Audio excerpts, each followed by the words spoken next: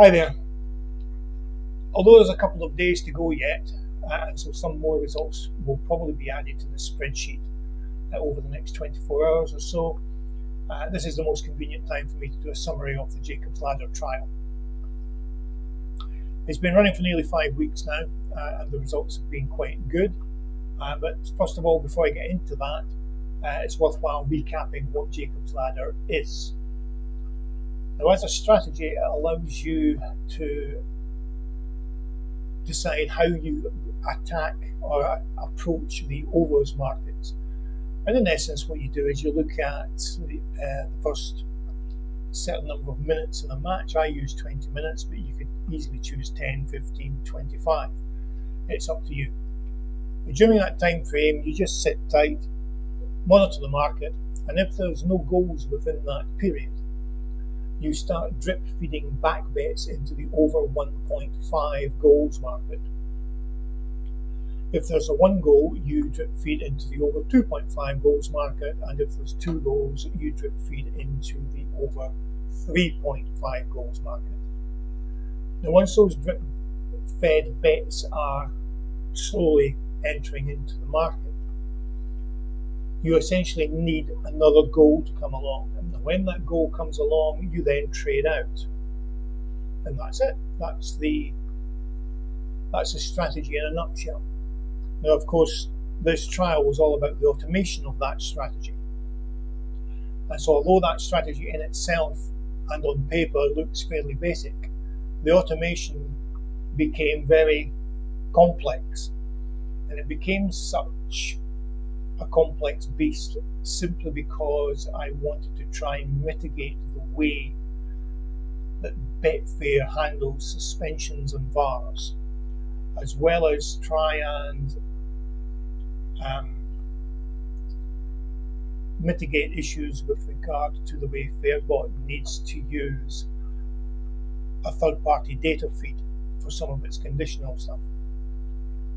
And indeed, the complexity also grew through changes to the way I did the actual drip feeding of back bets into the market, and I'll explain those as we go. So the issue with regard to suspensions and VARs within Betfair, much of that is to do with goals being scored or thinking they've been scored, and the bet and the market becomes suspended and then unsuspended, and there's no consistency as how long that suspension lasts, and so on and so forth.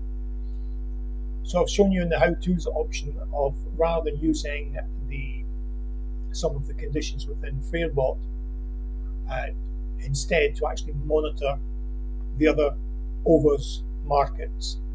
And so once they are closed, by definition, a goal must have been scored. And there's a how-to video on how to go about doing that. So that added to the complexity.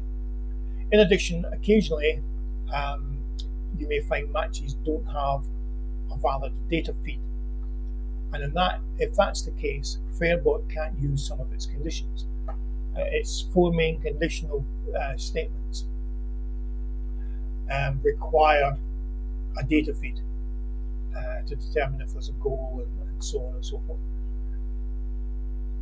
If that data feed's not there, that can then effectively screw up the rest of your automation if you're then relying on those conditions that subsequently rely on that data feed. So a lot of the complexity of the automation is also geared around being able to essentially provide the same functionality without the need for that data feed being there. And then in addition to that, there was more complexity added because of the way I felt the back bets as they were drip fed into the market were behaving.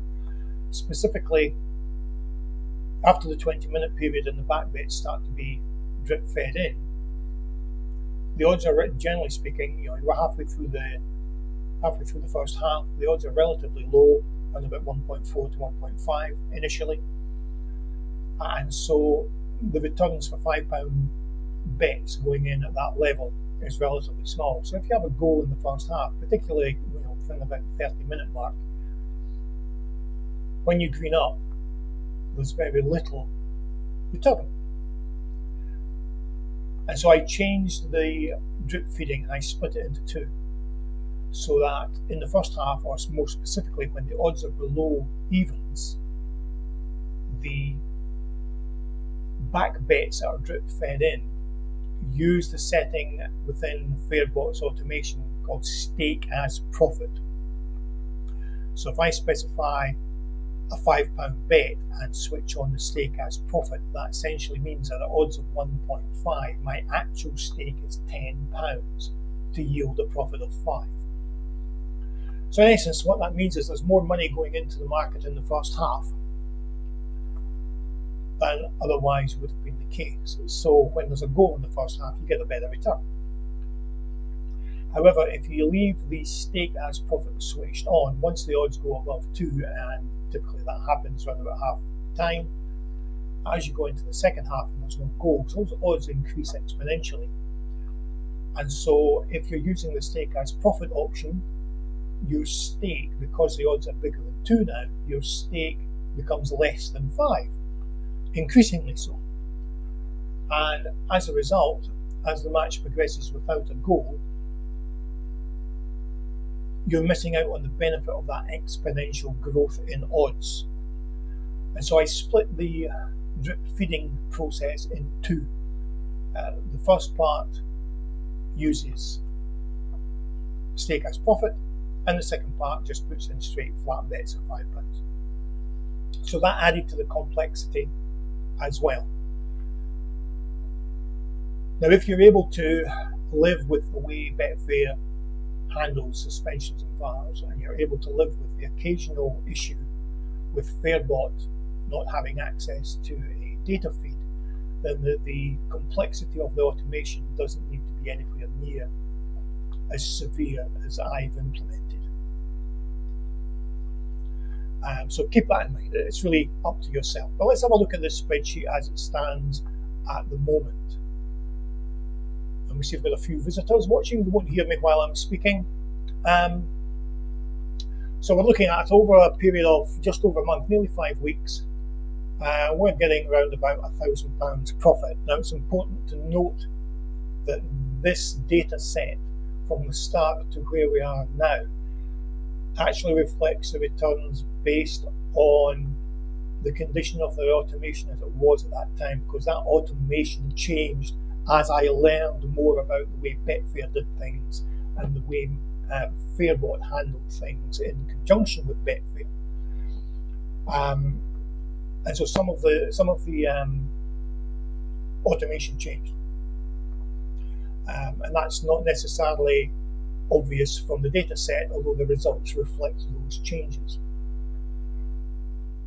And I've already alluded to some of those, specifically the back bet drip feeding process. But the important thing to note here is that it's been relatively consistent, and it's maybe worthwhile having a little chat about the selection process. Because early on, essentially I was simply going into Betfair, checking for matches where there was a home favourite or there was an away favourite, and or the odds for the over 2.5 was odds on, or the odds for the under 2.5 was odds on. In essence, I was wanting a very wide spread of types of matches so that I could put the automation through its processes. In other words, something of a scattergun approach. And to be honest, I'm quite happy with that. If that's the type of results it's going to produce over a long period of time, I'm quite happy with that, keeping in mind that once this automation goes, you can just make your selections and walk away. One other thing I should flag up, I did spend about 3-4 days doing a sort of an experiment within an experiment, because I had noticed quite a few matches where I greened up or readied up because no goal came, only for late goals to come along. And that reminded me of my time when I used to bet on football many years ago before I discovered Betfair. And then getting involved in Betfair, I used to get really frustrated that I would pick the result of a match correctly, but I would actually trade out before those goals came along. So I spent 3 or 4 days not trading out, so that when a goal came, that would stop the back bets being drip fed into the market, but I would just let it run in the hope of another goal coming. Um, I've removed those results from this table and switched them over to the Let It Run tab, which you're free to have a look through. You'll see essentially I got some really nice results until towards the end I got a run of horrible losses. Interesting to note, however, those horrible losses all came, or the vast majority of them came, on the 19th, and that day I was trying to be more sophisticated in my match selection process. In other words, I wasn't using a scattergun approach. I was trying to look at form and so on, and that's perhaps a reflection on my severely lacking football knowledge. But you can browse to that at your leisure. So going back to the main table, you can see here that we've got the overall profit, and I've split it up into overs 1.5 and overs 2.5. Note there isn't an overs 3.5. Although the original strategy looked at betting on the over 3.5 market over a period of time, certainly over the first 3 weeks, I think I only had half a dozen matches. And out of those half a dozen matches, there was a net loss. So rather than waste time on the over 3.5s, I decided to remove that, and I've removed the few results from this table. And of course that had the benefit of slightly reducing the complexity of the automation. I've also started halfway through this table, you may have noticed, recording the times when the goals were scored. I haven't backdated it to the times when I wasn't doing that. But even just in this sort of half a data set, you can glance through and see all the late goals that have been coming in. Notice that anything that says 90.05, in this case, that means 5 minutes of added time. And then you'll also perhaps see the occasional first half one where it says 45.03 or something like that. So that's trying to indicate how and when extra time was available. Anything after the decimal point was extra time, or more specifically injury time. I may use that at some later stage to see if there's an angle that I can use to get into the market at a later point looking for these late goals, but that's a project for another day. So as far as Jacob's Ladder's results are concerned, I'm more than happy with what we're getting. You can see that we've got an overall return on investment of just under 10%, which is great. You know, it's better than you get from a bank. Interesting to note, however, that having removed those results where I was trying to be clever and sophisticated and knowledgeable, I've resorted back to a sort of somewhat scattergun approach. And it has flagged up some issues. I seem to have better results, generally speaking, on more obscure markets. Certainly markets where, you know, the EPL or the Bundesliga, Serie A, and French leagues and so on don't seem to go so great for me. Similarly, matches in Brazil don't seem to be terribly great, but the ones that do seem to be good are things particularly from Asia.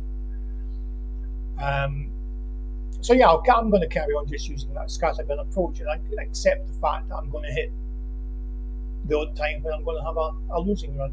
But if it's still going to consistently bring me £1,000 a month, who cares? So that's essentially it.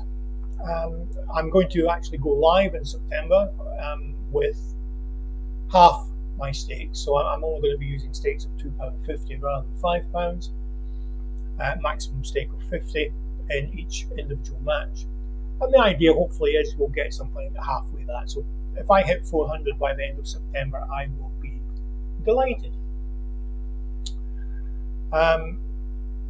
This spreadsheet I shall finish editing come tomorrow evening with any additional matches that I've done over the next 24 hours or so, although I do have work tomorrow, so that may not be many matches to add. But I'll leave the spreadsheet up so you can access when I go live in September, so that'll be Friday. It'll be a different spreadsheet that won't be accessible, that'll be just for my records. And speaking of accessible, let's have a look at the strategy itself. Now, I was a little bit disappointed. Way back at the beginning of August, people were asking for the strategy, and what I asked for in return was some comments on one of the videos as well as likes, and we got nowhere near the targets, which was a bit disappointing given that there's some 1,200 people subscribed to the channel, although granted a lot of them won't be Fairbot users. So the automation will not be made available for download. However, since I'm a big tease, I'll let you see it, or at least a portion of it. So this is it in its full complex glory, or at least a section of it. I am not going to explain how this works. You're free to do a screenshot of that and analyze that over a cup of tea and see how you get on. As I said, you do not need to make it this complex if you're happy with the way Betfair handles suspensions and VARs, and you're happy with Fairbot occasionally losing access to a data feed and so on. Most of the things in here, if not all of the things in here, you've already seen in demonstration videos in any case. So you should be able to work out what's going on without any input from me. Okay guys, that essentially draws the trial to a conclusion, although as I say there may be the odd match still to add over the next 24 hours or so. And let me know how you get on if you want to try and do this. And thanks very much for your attention and your comments over the past month. Cheers.